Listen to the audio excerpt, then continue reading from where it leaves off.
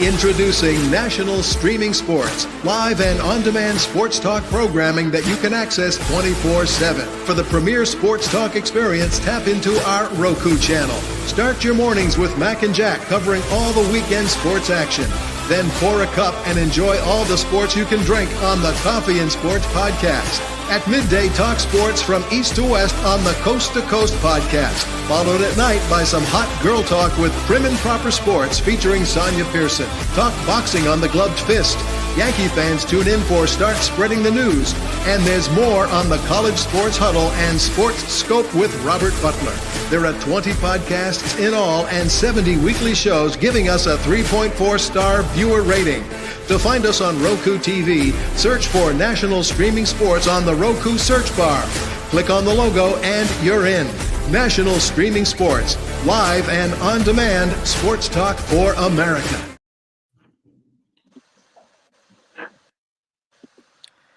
Good morning. We got a lot to talk about, so we're just going to get right on into it. Welcome to the Mac and Jack Show. I'm sitting in for Mac. Mac, continue to rest up. We miss you. I'm here with Jack, Hirsch, and Keith Engel. Good morning, gentlemen. Good morning, Sonja. Yes, and happy You're Friday. amazing, Sonja. You went the distance last night, late night, to hear you back in the morning. I'm just grateful. Super excited time of the season. Definitely glad to know, Jack, that you ventured from coast to coast, literally back to your home nest, and that you're with us as well early this morning. Keith, some bold predictions by you. Let's talk about those because draft night did have quite a few surprises. Well, let's see what I said. Here's what I said at about, I think I sent this to my group about 6:30 yesterday. I said a few hot takes. Some of them are hotter than others. I said Sanders would fall in the second round, which maybe isn't a hot take, but most people thought he'd at least go to Pittsburgh at 21. Even I said that up until Wednesday. Right. Their Giants, I said the Giants would trade back into the first round for a quarterback. It would not be Shador. That happened. I did say the Patriots would trade the back to number 10 with the Bears, and the Bears would take Giante. I'm a little shocked at both those teams that didn't do that. Jet takes Mambu. I don't think that was a shocker necessarily, although some thought they would take Warren. I had Warren going to the Saints. I had the Cowboys getting McMillan, so I didn't do good there. And I also said the Vikings would trade right out of the first round because they only have 4 picks entirely, but they decided to use their pick. And we'll see how that works out. Yeah, and I stood fast on McMillan. Jack was kind enough last night after driving. He literally had just gotten back in like 2 hours before. He hopped right on, hung out there with us for about 45 minutes to an hour, quite a bit of time. Jack, what were your thoughts? I mean, sometimes as a reaction pick, I don't think the Panthers have completely gotten over dealing DJ Moore to the Bears. So this is kind of like a makeup thing. I was scared the Jets were going to do the same thing by drafting Tyler Warren to make up for not drafting Brock Bowers last year. You never really make it up. You know, it's an okay pick for the Panthers, McMillan. Don't get me wrong. I'm not saying it's a bad pick. You know, it gives Bryce Young some badly needed help at the wide receiver position. But could they have, you know, gone in another direction? You tell me. How are you guys feeling? Go ahead, Keith. I'm sorry. Okay. I was just going to say, overall, I think there's far more winners. Oddly, I don't always feel this way. I think there's far more winners in this draft than there are losers. Yeah. Sanders obviously is a loser. I'm not sure what the Falcons were thinking about trading their first round pick next year to trade back into the first round. Yes. Made no sense. Unless they think they're winning a Super Bowl, and that pick's number 32 anyway. It makes no sense at all to trade back in to get Pierce. He's a nice player, but not for a first round pick next year. So that was a little odd. And then Will Johnson dropping as far as he did was a bit of a surprise to me too. But other than that, I thought some teams did really well and some players made out very well yesterday. So it was an interesting, again, with the draft not filled with overwhelming talent, except for a couple of players. I thought it was very interesting. Jaguars, obviously a big winner. That's a bold move. And yes, franchise changing move potentially for them. They do need some offensive line help the rest of this draft, but they got a guy who helps them. They need help at both those positions badly, and that's a great move for them. Yeah, I wonder with your New England Patriots taking Will Campbell. Right. I know they're trying to get help in the offensive line. gear, everything around Drake made. But if you want to do it, take Genty, give him a playmaker.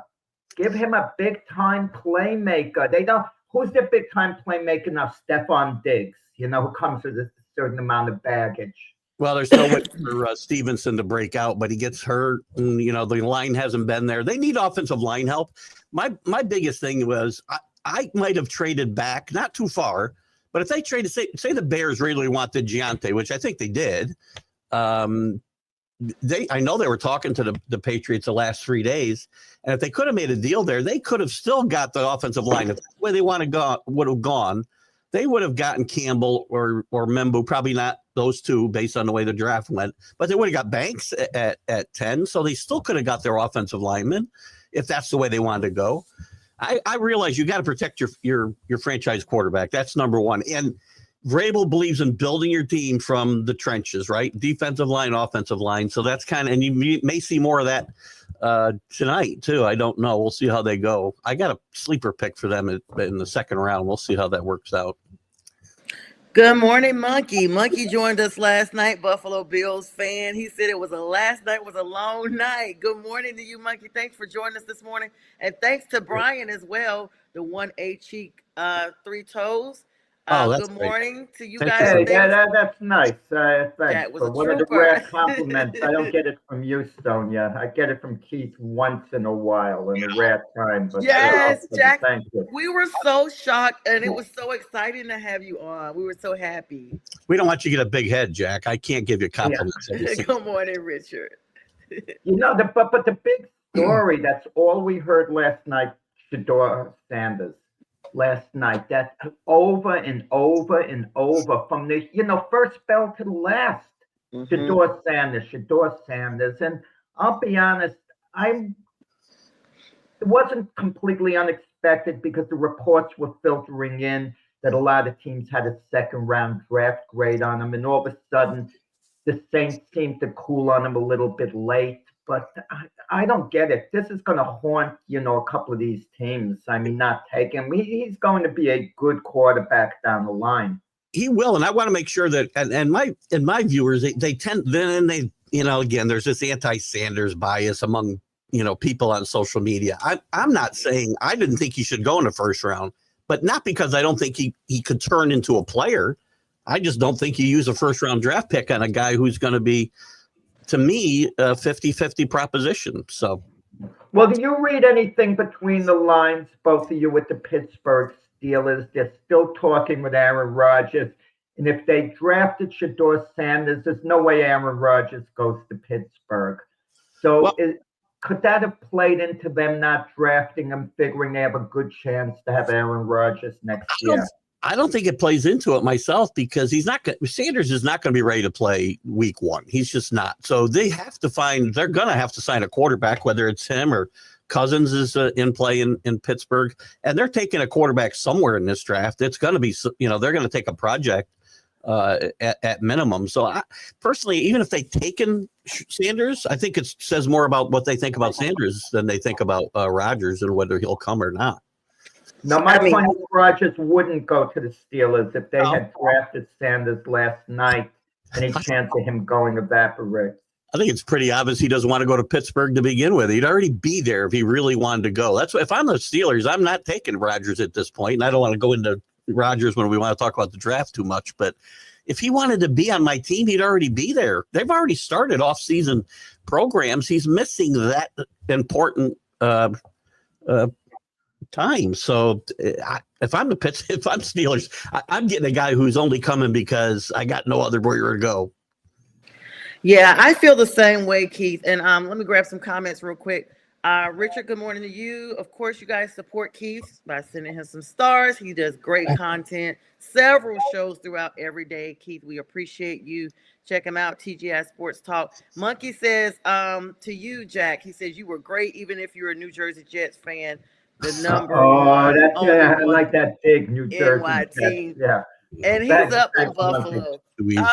So guys, you guys actually made a good point. And it's kind of like one of those things you gotta just want to hold it, but you can't hold it.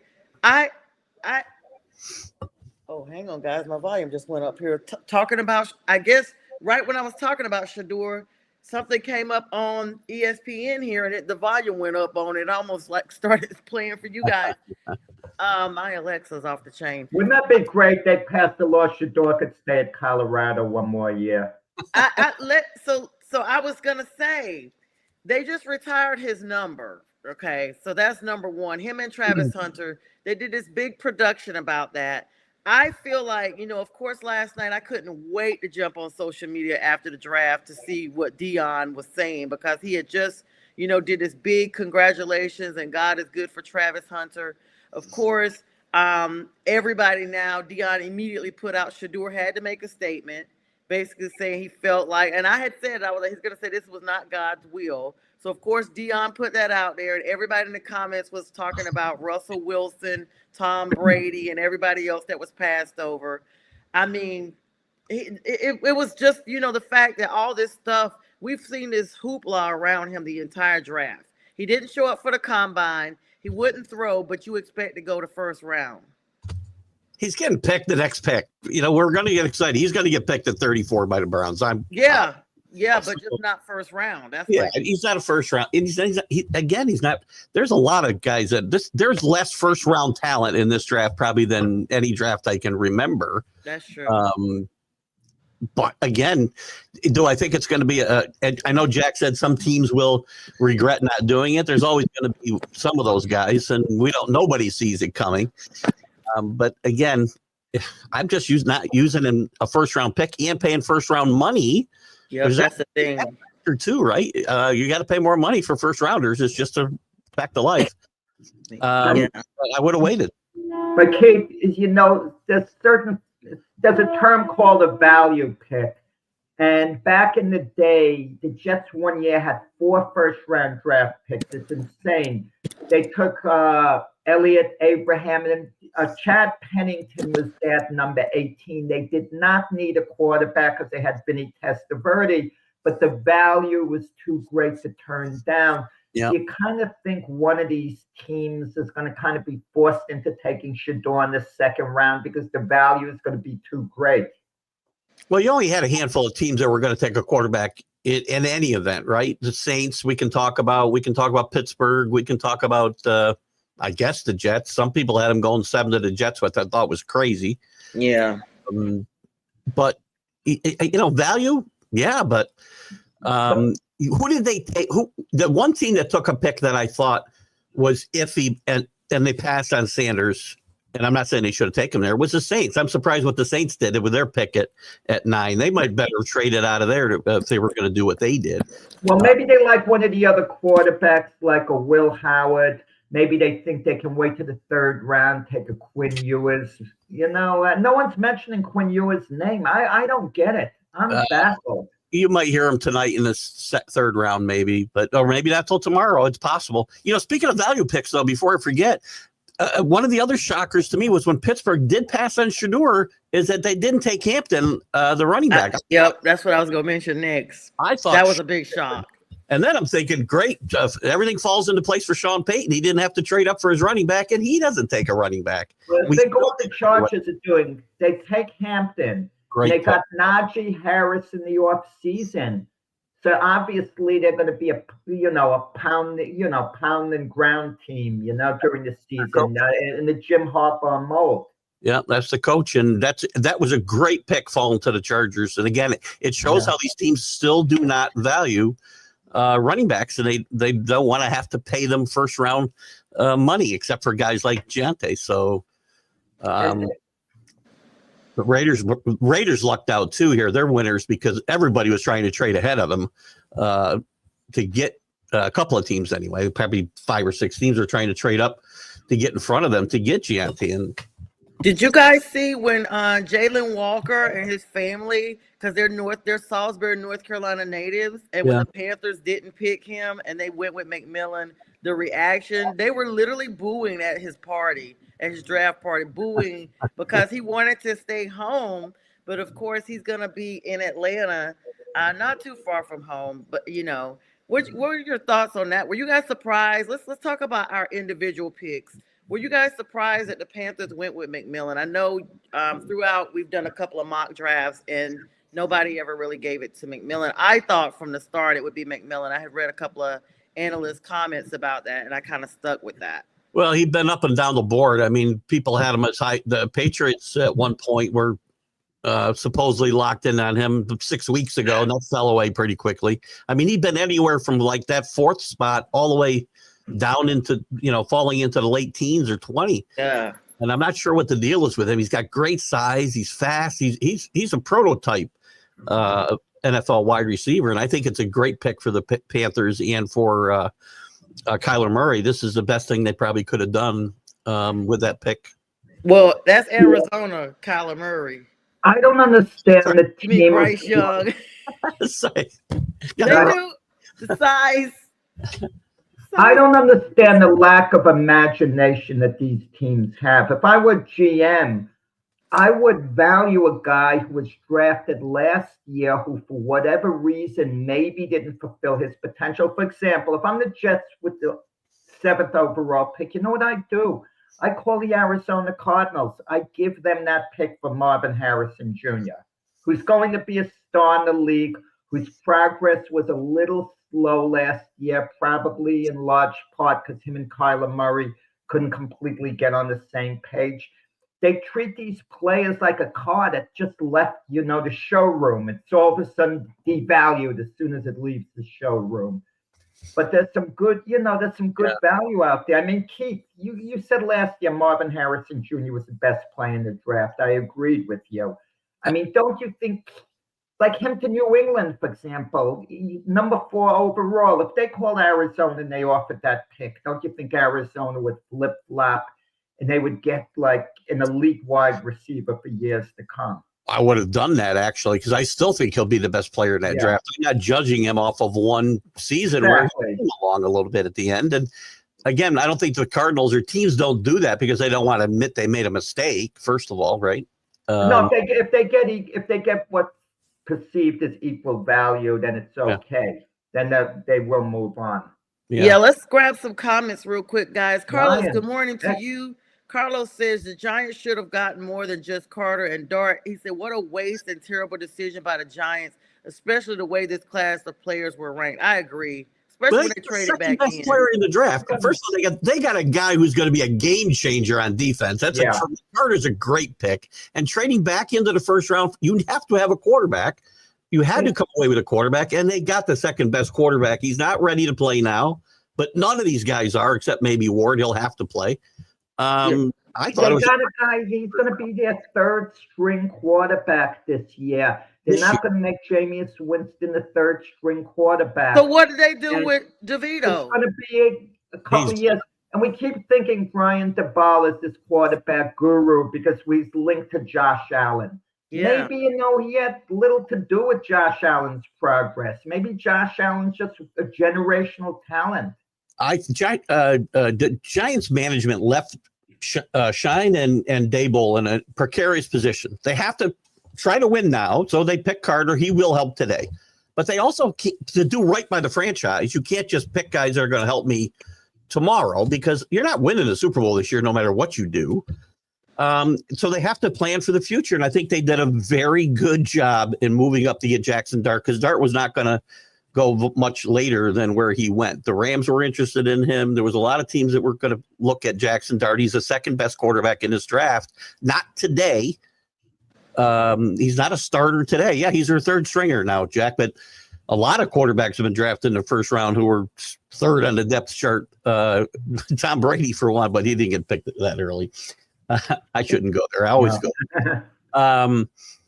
Jackson, I think it's a good pick. It could turn out that it doesn't work out, but I think it shows that Shine and Daboll also have the franchise's best interest in play as well as their own.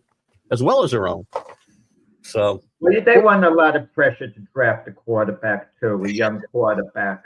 And you saw the picture of John Mara standing there, stone-faced in a giant room. I mean, that kind of. The 2 impressions, the 2 looks that hit me yesterday with John Mara standing with the Giant group. He didn't look happy beforehand. It was like he was all business. And And then the look on Travis Hunter's face after he found out about the deal, like, emotionally, he was going to be a Cleveland Brown. He was all set, going to the dog pound, this and that. Now out of nowhere, he's blindsided. He's a member of the Jacksonville Jaguars. I tell him the weather's a lot nicer in Jacksonville. And he's from Florida, so that was a plus at least. Listen, I love his personality. I hope it's genuine. I think it is. Just watch. He's having fun, enjoying who he is. He's a great player. I think he gets it. He'll do what he needs to do. He wants to play both ways. He'll get a chance to do it in Jacksonville because their new coach is a pretty good offensive mind, and he'll find ways to utilize him on offense. So I hope he's the real deal because I just love his attitude right now and his personality. Well, that's the question, Keith. You're assuming he's basically going to be a cornerback for the most part, at least in the beginning. Would he be better served at wide receiver? I mean, would the Jaguars be better served playing him at wide receiver mainly? Well, their secondary is so porous. I can't see any way they don't mainly play him at cornerback and then find packages for him on offense. You're definitely going to see him both sides, just not, I know that there's a lot of talk that he said, I want to play both ways. And I don't think in any way, shape, or form he thinks he can play every down on both sides of the ball. Nobody can do that in the NFL. Yeah, let me grab some of these comments, guys. Thank you so much to everybody that's participating. This is a busy chatter this morning. Everybody's up early, ready for round 2 of the draft. Carlos comes back and says, kudos to Cleveland and Atlanta. They got players and values. One A-Cheek said he's not happy about the Lions pick, but he's not mad either. And Richard says, how about the trade at the end of the draft? KC and Philly. And then Carlos, we'll get back to your other comments in a minute. Let me let Keith and Jack these other comments real quick. Philadelphia, they do the best job at the back of the draft of any team I can remember the last several years. That's why they stay in contention. They win Super Bowls like they won last year. They got another really good pick. The guy fell as far as he did, Campbell, because he had a shoulder injury. But they've taken chances on guys like this in the past, and they almost always pay off. And this guy's just going to add to what's already a great defensive front. I think it was a great move and a great pick by the Eagles. And they continue to do it, it seems, year after year back at the back of the draft. Yeah, I think the big deal was the Baltimore Ravens, Malachi Starks, from Georgia. I mean, he's really going to be big, safety, corner, wherever they're going to play him. I think he's going to be the Trent McDuffie of this year's draft. It's a typical Ravens pick. Very good pick. Solid player for sure. Yeah, he says Carlos is saying Dart's going to be junk for the Giants. What do you think of this idea? We'll say that if this guy isn't throwing 4 touchdowns in week 1, Carlos says a bust. So you know what I would love to see? I would absolutely love to see this, and everyone would go ballistic saying it's ridiculous. I'd love to see the Giants pull a John Gruden, fill the room with quarterbacks, take Shedeur Sanders, and their next pick, have him there with Jackson Dart. Let all the guys play, and one of them's going to emerge as your future quarterback. Hey, listen, I'm excited. I think Will Levis gets traded today, by the way, Jack. I know I've been ridden by you and Mac for wow. Because I still think he'll be the best player in that draft. Well, Will Levis is too young to be a career backup. That's the thing about it. And now, the Titans there's nowhere to go for Will Levis. I don't want to hear this nonsense about there being competition for the Tennessee starting quarterback job. The way Urban Meyer did with Jacksonville when they drafted Trevor Lawrence. It's Cam Ward's job. Case closed, no discussion. And by the way, Jags fans, don't get discouraged when he doesn't have a Patrick Mahomes type first year, because he's going to struggle at times. He's question to you. He needs a lot of work. My Jets, Shedeur Sanders might be there for them. Did they take him in the second round? For who? The Jets. Sanders, the Jets. Should they take him in the second round? Because once you take Shedeur Sanders, it's basically letting Justin Fields know he's not the quarterback of the future. Yeah, he's on borrowed time. He's young. It's not the same like Russell Wilson, an older veteran. They're going to have to trade make a trade to get him because the Browns have 2 picks in the first 4 picks or 4 or 5 picks in the second round, and they're going to take him with one of them. Browns might wait for like a Will Howard in the 3rd round. They could. I don't think they will. I think they're taking a quarterback probably at 34 or 33. Sorry. Jets. I don't even know where the Jets picking around to. I can't find them. Carlos, who is your team? Carlos said the Giants can't develop film, and he says that Sean and Dayball can get the next train or whatever the NFL black hole has. He clearly does not like the Giants. Let me grab some. That's different. Monkey says you can't wait. You can't draft a wide receiver with your first pick after signing Diva Diggs. That's he's talking about basically the Bills and stuff. He'd be nothing but a headache because he was with them. What do you guys think about the Cleveland and Atlanta? I'm looking at the grades of the draft last night. Arizona got an A for drafting Walter Nolan, and then they're the only ones from round 1 that got an A as a grade. The Atlanta Falcons following them closely with a B. And I'm mentioning that because people are saying that the Atlanta and Cleveland got the real wins. Atlanta taking Jalen Walker and James Pierce Jr. They are graded as a B. Again, they're fine, but them giving up a first round draft pick next year, dumb, yeah. In my mind, I don't know who's doing those rankings, but Jacksonville's got to get an A in my mind, and so do the Giants. Well, hang on, guys. I misread because they're putting them in alphabetical order. Wow. So I see some more A's now. So Baltimore, the Bills got an A-. So there's some more. Yeah, Jack. Yeah, I mean, Keith would know the quarterback class of next year better than I do, and it's supposed to be really, really good. And my thought is maybe the Browns have a plan that next year is a complete rebuild. And they don't mind. I mean, they want to win, but they're fully aware they have extra draft capital, and they can maybe get an Arch Manning at the top of the draft. Well, I don't think this draft next year is as strong as people think. You got Manning, maybe. He likes it at Texas. He may not come out. If he's the number 1 pick, just like with Cooper Flagg, it'll be hard for him to stay there.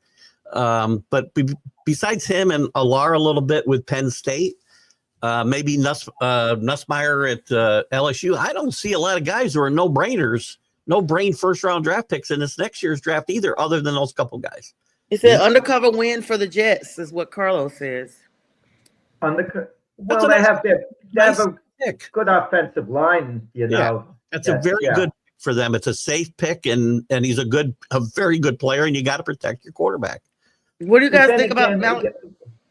We heard the Jets had a good offensive line for Aaron Rodgers, Tyrone Smith, Morgan Moses. Those guys are gone now. It didn't work out, so you never know. Right. Well, Carlos said, look for a Bryce Hall trade from the Jets, Jack. We've heard that over and over and over, but Aaron Glenn reportedly is going to do things more by committee. I like the idea with Bryce Hall standing out. Elite teams usually have one featured back for the most part, okay? But Bryce Hall didn't have as good a year last year as he had the year before that. So, if the Jets were going to I thought they might take Ty Warren at that about Membo. I like Warren a lot. And I was surprised that Loveland went before him, actually. Yeah. I thought the Jets might gamble because he's the kind of guy who can really help a quarterback like Justin Fields, I think, year 1 again. But Membo will help as well in protection. But Warren does it all. He's a good blocker, and they play him all over the field at Penn State. So I thought they might gamble there a little bit, but I can't argue with the Membo pick. How you guys feeling, Keith, about Will Campbell coming to the Patriots? I mean, that's a B- grade, pretty decent. Is he the guy with the short arms, Keith? He's got short arms. His wingspan is not very big for a lineman, but he's got really great technique. He's strong as an ox. I think he's going to be a really solid NFL player. I don't think they could have gone wrong. The only other choice was going to be Membo unless they traded back. So they kind of had a coin flip between those two, and I think Will Campbell will be a player. He played almost at LSU since the day he walked on campus, so he's got a lot of experience and playing in a very good conference, obviously. And I think you're going to see that'll be a positive pick. I would give it better to B+, actually. But I think Carlos is right about Loveland being a reach. Yeah, Loveland was a reach. Yeah, I would have gone Warren before Loveland for sure. How you guys feeling about Mimbo, Jack? You guys got him the 7th pick, round 1. I mean, he was the Offensive most tackle. logical pick. It was coming down between him and Tyler Warren, the way it seemed that the Jets were going to take one of the two. And all the silliness with the Shador Sanders talk, it wasn't going to happen. It wasn't, based on reality. But good pick for the Jets, then. We'll see what happens the rest of the draft. I mean, the Jets, unlike last year, they have a lot of needs. I mean, it seemed like last year on paper they were so solid everywhere, and now that kind of fell apart. You agree they'll take a quarterback somewhere in this draft as a project? I think they will. They had Jordan Travis from last year who was injured from Florida. Yeah. So you're going to give up on him. I mean, there's your young developmental quarterback. They have Tyrod Taylor as the backup. It's so easy to say draft a quarterback. Let's say the Jets took Will Howard, Quinn Ewers, McCord. What are they going to do with them? They can't be they'd be a third stringer. I mean, but you talked yourself just a while ago about value picks. If one of those guys, I'm not saying second round, I'm not even saying third round. If one of those guys falls to the 5th or 6th round, you'd be silly to grab one of those guys, right? You have to, you take a fly on them at that point. Yeah. All season long, we've been talking about San Francisco and them kind of looking like a rebuild team. A lot of movers and shakers in that organization, but they did draft, and grab Michael Williams last night at the 11th pick. A solid choice for them. He could be a good starter, a good edge for them because they released Leonard Floyd, and there's just been a lack of production of this team's reserves. What do you guys think about that? Pass rush. That's what these teams believe in. You see a lot of these edge guys go, and you saw it, I think, last night at 2 or 3 of them, at least in the first round. Everybody wants that edge player, and I think he's a good one. I think he's a good pick for 49ers right there. I mean, obviously, the challenge for them would have been to try to get trade up for Giante. They were another team that was in play for him or something on the offense because they've struggled with guys getting older and health-wise on offense, but it's defense. And you need defense. You need pass rushers. Pass rushers just change the game so much because they just everything the other team's trying to do. That's why it's so important to have.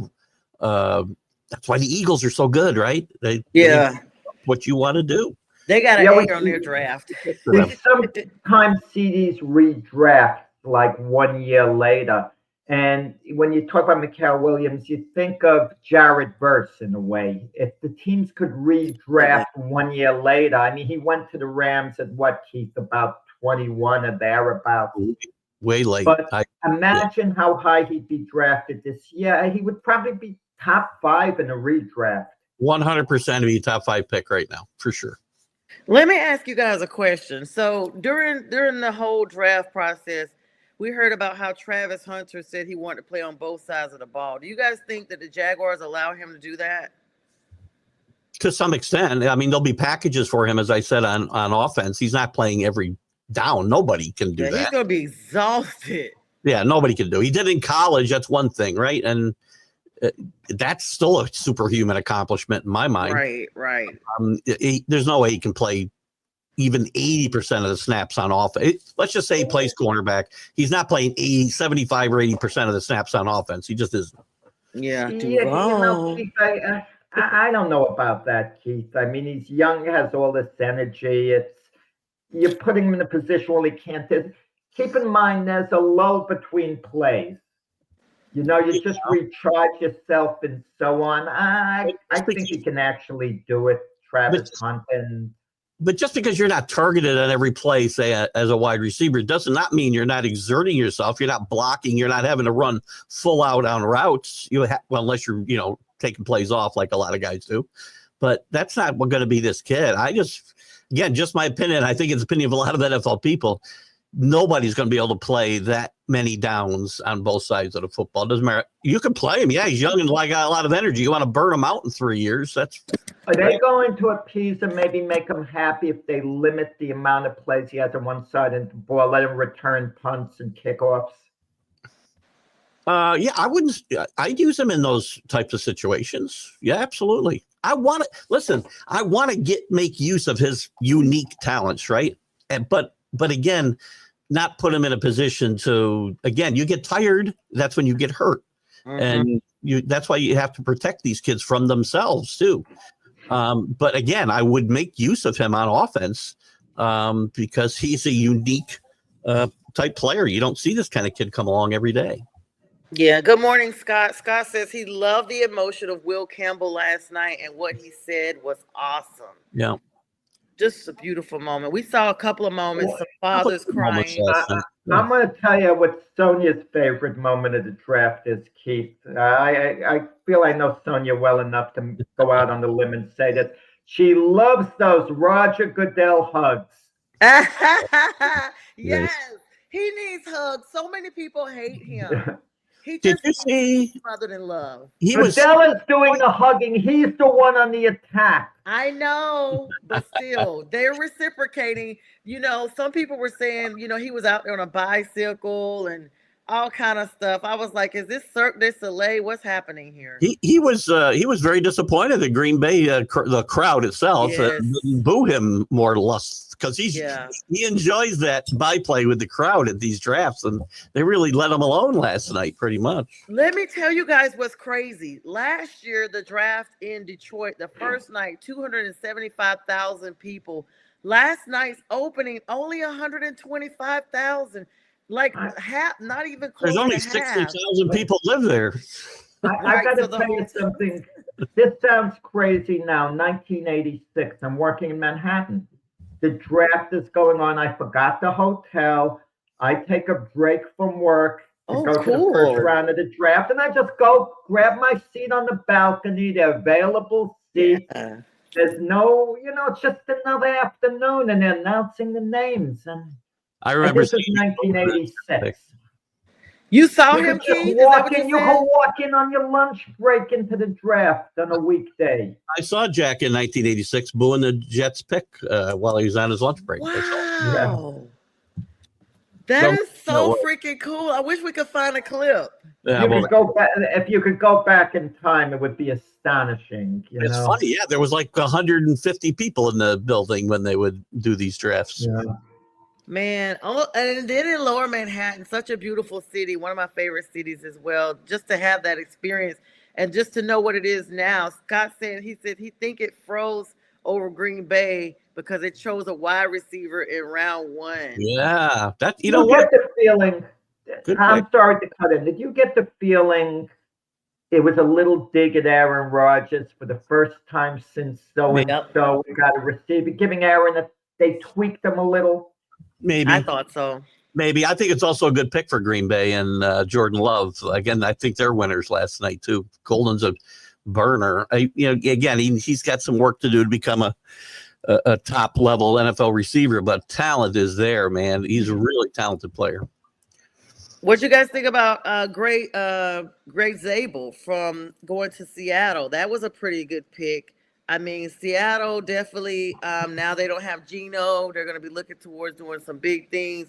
Gray is an offensive guard. That's going to be really good for them. He's versatile, and he has a 5-position versatility. Like, he's really good. Yeah, there was like 10 offensive linemen that went in this first round, and I'm not shocked because, again, you pay a lot of money for these quarterbacks, and teams have got to do a better job of protecting them.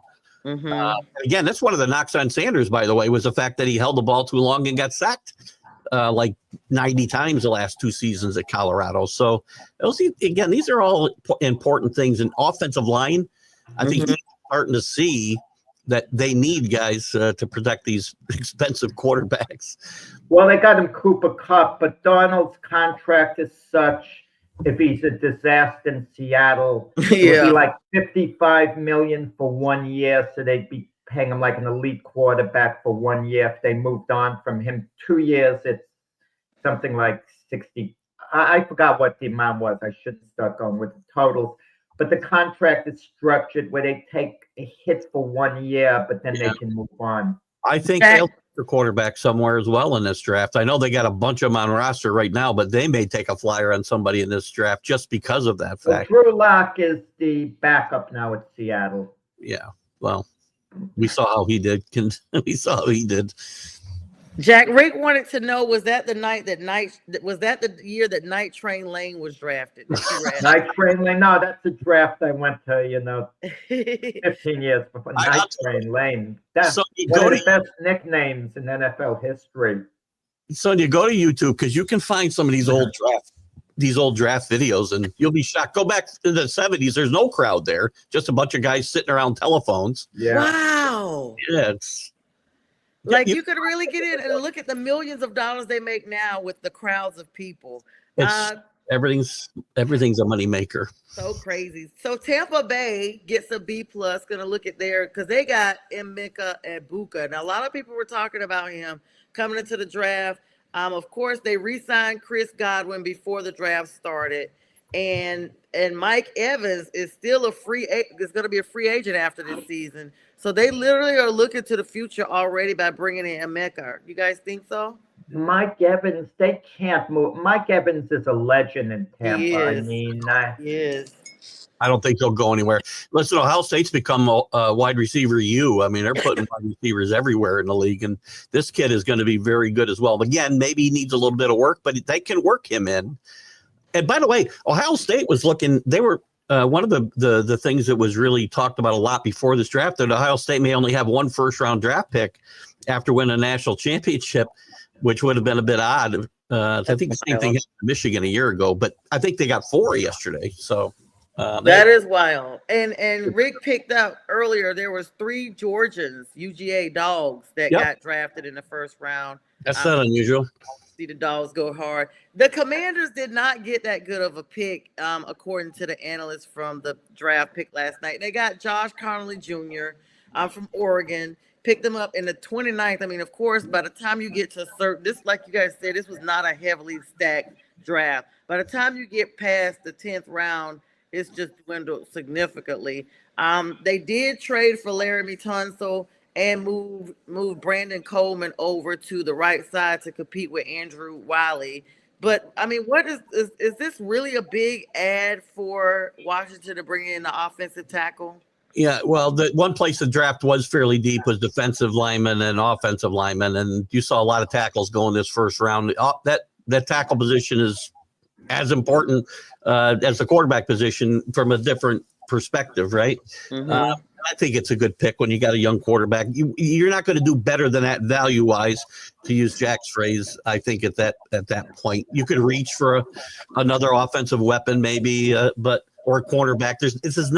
That's the funny thing. This isn't a draft full of guys who are going to score a bunch of touchdowns and cornerbacks and shut down cornerbacks. It wasn't full of those guys. So I think at that point in the draft, that's a pretty good pick for Washington. And they got Deebo Samuel before the draft. Who are they going to draft as good as Deebo Samuel? The same we talked about Seattle a little while ago, helping Sam Darnold. Well, they got Cooper Kupp. Who are they going to draft a receiver who would be as good as Cooper Kupp, especially a veteran presence who can help a quarterback? Yeah, that's a great point. They're not sexy picks, right? They're not sexy picks. Nobody wants their team to pick offensive linemen. It's boring, but it's important to the success of your football team. So, and you're right, Sonja, when you're picking that late in the draft, 29th or whatever, you can take a little bit of a chance on a guy. If you foul up that pick, it's bad, but it's not disastrous. It's like New England going 4th overall. They had a lot more good options. So if you mess that pick up, it looks really bad. Absolutely. But the Eagles, who switched just for that last position, like Keith said earlier on, they always come up with a good pick. They got graded an A for bringing in Jahad Campbell because he can play inside or outside as linebacker, guys. He's top 10 talent. He fell as far as he did because of the injury issues. And I think if they find a way to keep him healthy, they've got another steal on their hands, which they've done a couple times the last few years. Wait. You know what I don't get, Keith, Sonja? If you're Andy Reid and Philadelphia just wants to move up one spot, I'm dying to know who they want to take, and I want to take that guy because I believe in Howie Roseman. Even though he's not with me, I believe in him. I'm 100%. taking that guy. Did Kansas City have no idea who Philadelphia was taking? Because That's if what they I had a was good thinking. idea, why didn't they take the same guy? Well, I think they know who they wanted, and they knew what the Eagles, were afraid of losing Campbell. So, although they would have got him with the next pick, it is a very weird trade. It's just swap spots. It's very odd. I don't remember what the rest of the. I think I got a 5th-round pick, which has a little value, Yeah. there. But Yeah. My guess is they were sold on Simmons, and they knew they wanted offensive line help, so they weren't taking a defensive player in that spot anyway. So they gave a 5th-round pick. Getting back to quarterbacks prediction, Quinn Ewers, where does he go? I say goes to New Orleans. Yeah, that's what I was about. Round. I was just about to talk about them. Yeah, I think New Orleans would be a good spot for him.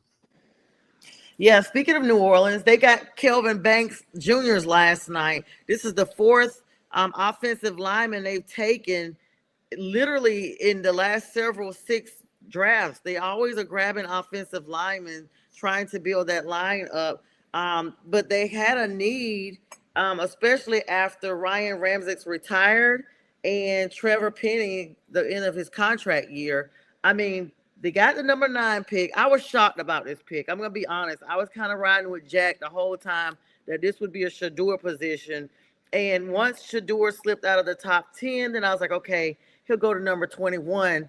But this offensive tackle that the Saints grabbed, I mean, I'm not really sold on the pick. What do you guys think? Well, no, I mean, I'll just say something quickly. No team needs a quarterback as badly as the New Orleans Saints, and I include the Pittsburgh Steelers. They at least have Mason Rudolph, who came up through the Steelers system, has been with them his whole career, except for one season last year. New Orleans desperately needs to address the position, and don't tell me about Spencer Rattler, please.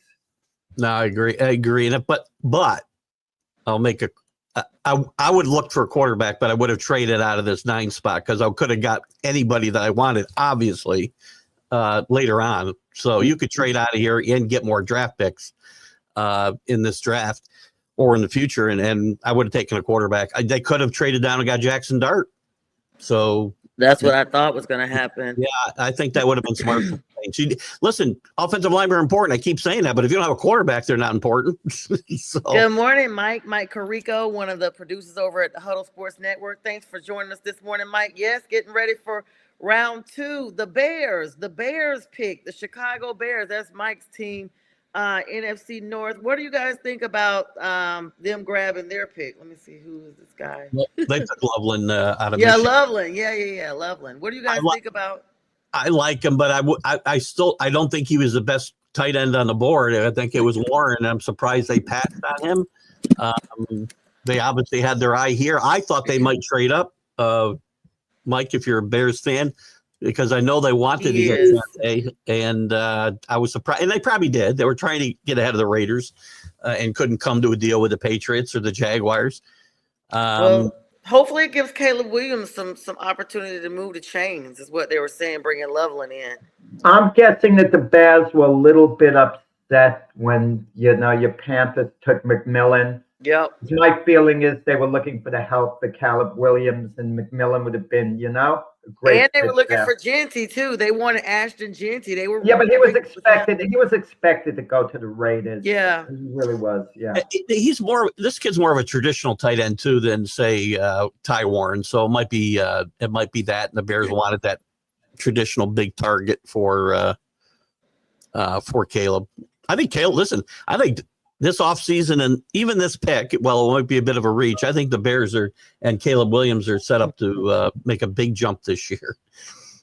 Yeah, Rick. So I really was. So Rick's asking me, and good morning again, Rick, asking me, was I happy with the pick? Yes, I was. I literally screamed. If anybody watched it last night, I was super excited. He's going to join the 1st-round pick, Xavier Legette, who was just there last year. We need some more assistance with that wide receiver. We saw crucial catches being dropped by Legette last year. So I feel like he does need someone to come in there and accentuate him, especially bringing him in, more targets for Bryce Young. Of course, we did bring back Thielen, but Thielen's a vet in the game. We need to try to euthanize, not the way you put a pet to sleep, but euthanize, in my own word. I'm bringing some youth to the Carolina team.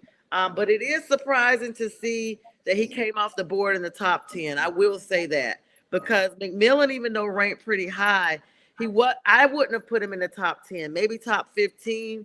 But we could have gone with Loveland. That was another name that the Panthers were linked to, or either Tyler Warren, and they were both still there when we picked, because we picked at number 8. But the verdict's still out, as they see. And of course, we could have also taken Jalen Walker, who is a Salisbury native. But overall, I am happy. I think you should be. I've been enamored with this kid from the beginning. His tools are immaculate. I think pairing him with Xavier Leggett is really good for Bryce Young, not Kyler Murray, for Bryce Young. I'll get the right guy this time. I think they're starting to build something that can actually win some football games. I don't think they're making a big jump to the playoffs this year, but you don't know. You get third year for Bryce Young, now some talent around him. If they gel quickly, they could be a surprise in a division. It's easily winnable by any one of those teams, probably. So that's cool. Carlos says traditional. Mike Carrico says he's here at the draft.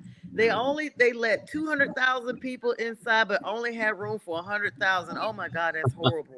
That's scary. Where's the fire people? Where's the fire marshal? That could have ended. Was max capacity for 40 minutes before the draft started. I bet y'all couldn't even breathe in there, Mike.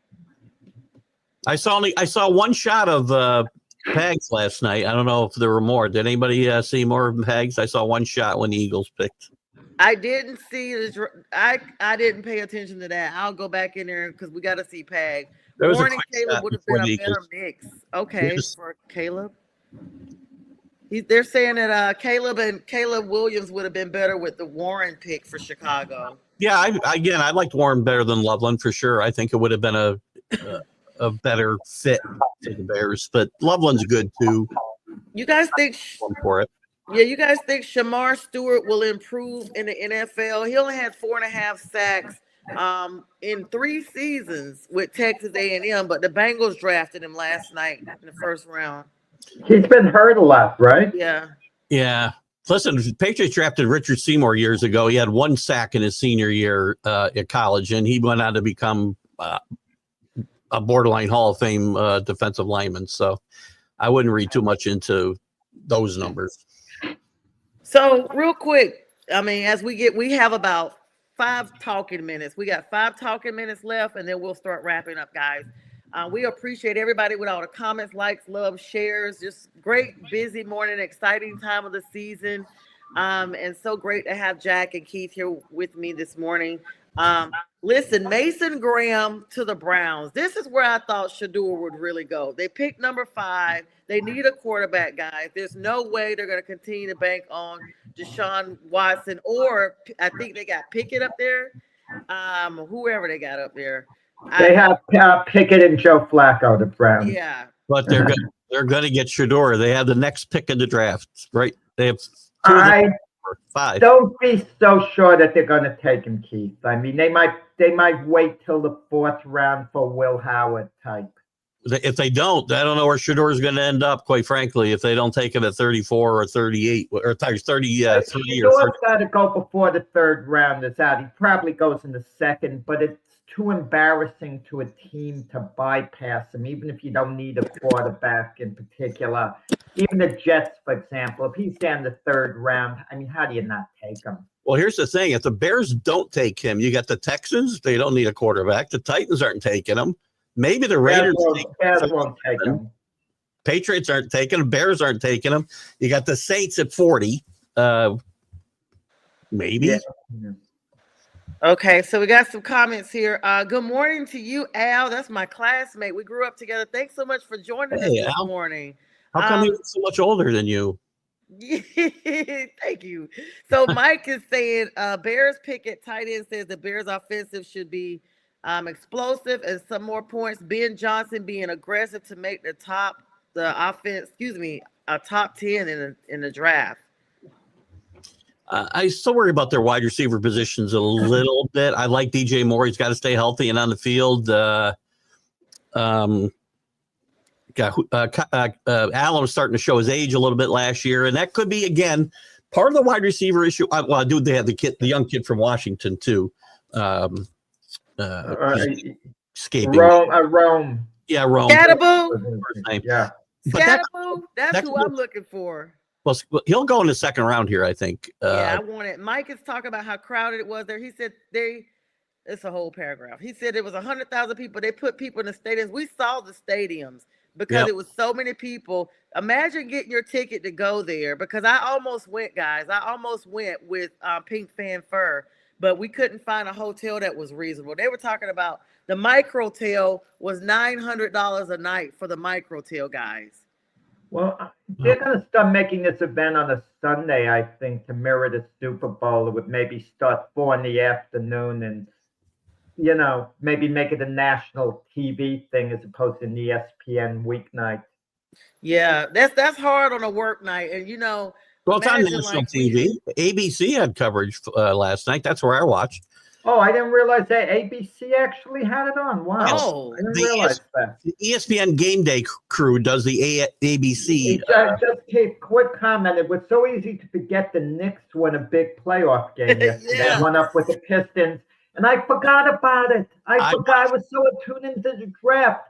I think you mentioned it, Sonia, at the end of the game, the NBA something. I know. Let's talk about that a little bit. Let's talk about the NBA for like the last 2 minutes. We got 2 minutes to talk about it solidly. Good morning again, 1A Cheek.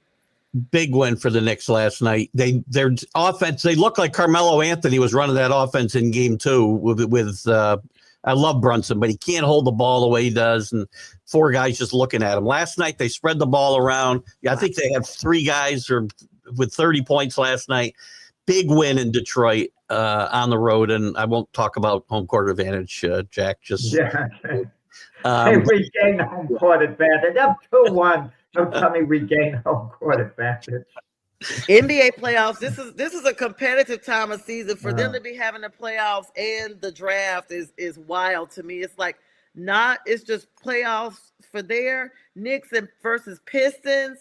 I mean, a bunch of the Nuggets and Clippers. Look at that game. I think LA dominated Denver in game 3. I think the NBA would probably be smart to not schedule against the NFL draft. If I was running the show, I probably would stay away from Thursday night.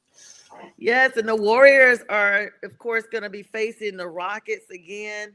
I mean, Steph Curry, Draymond, and now, of course, Jimmy Butler. So you guys satisfied with Jimmy, what he's been bringing to the Warriors? He's hurt, though. I mean, we don't know. He's having an MRI. I don't know what the result's going to be, but that's the game change as far as the Warriors go. Yeah, if he's out, there's no chance. Definitely that. With Butler, I've said that they're a sleeper in the West, and I think he'll play. Whether he's 100% is another story. But I think the Warriors are really good I thought that was a really good trade. I didn't like the way he made it happen, but I thought he was a great addition to this Warrior team. Yeah, speaking of injuries, Ja Morant exited the Thunder and Grizzlies game 3 with a hip injury, and his status for game 4 is now uncertain as well. This is what we see in all sports, guys. When it comes to the playoffs, these guys have been playing with, at least some type of injury and nobody knows about it. And then it's just intensified as the playoffs get here. Agreed. I mean, you see everything ramps up. Defensive effort usually ramps up. The Knicks are having a little trouble there, but and injuries are gonna, because the play gets more physical as we go on in the playoffs, and you see more guys get hurt for sure. Definitely one of those. And of course, round 2 is going to kick off tonight at 7 p.m. Eastern Standard Time. More draft stuff, more NBA playoffs through the weekend. Myself and Jack will be on tomorrow morning with J Train as well, with the debate show. Keith Engel is going to be throughout tonight. We got the draft party again live. You guys can join us. The link will be provided. We want everybody that was there to come in and talk about your team, et cetera, et cetera. Sunday morning, we got the Sunday morning big sports show. Lots of sports 24/7 without the cost of cable. Keith, Jack, it's been an amazing day. It's going to continue to be amazing. We wish everybody a great weekend. And the draft continues tonight. As sometimes the picks 2 and 3, rounds 2 and 3, are more interesting than the first round. I like tonight myself a lot. So, yeah. I think so as well. Hopefully no huge surprises, but who knows, the verdict's still out. Thank you, everybody, for joining us. We'll see you when we see you, which will be very soon. And have a great day. You're watching National Streaming Sports. Over 20 podcasts, 70 shows, and a 3.5-star rating on Roku TV.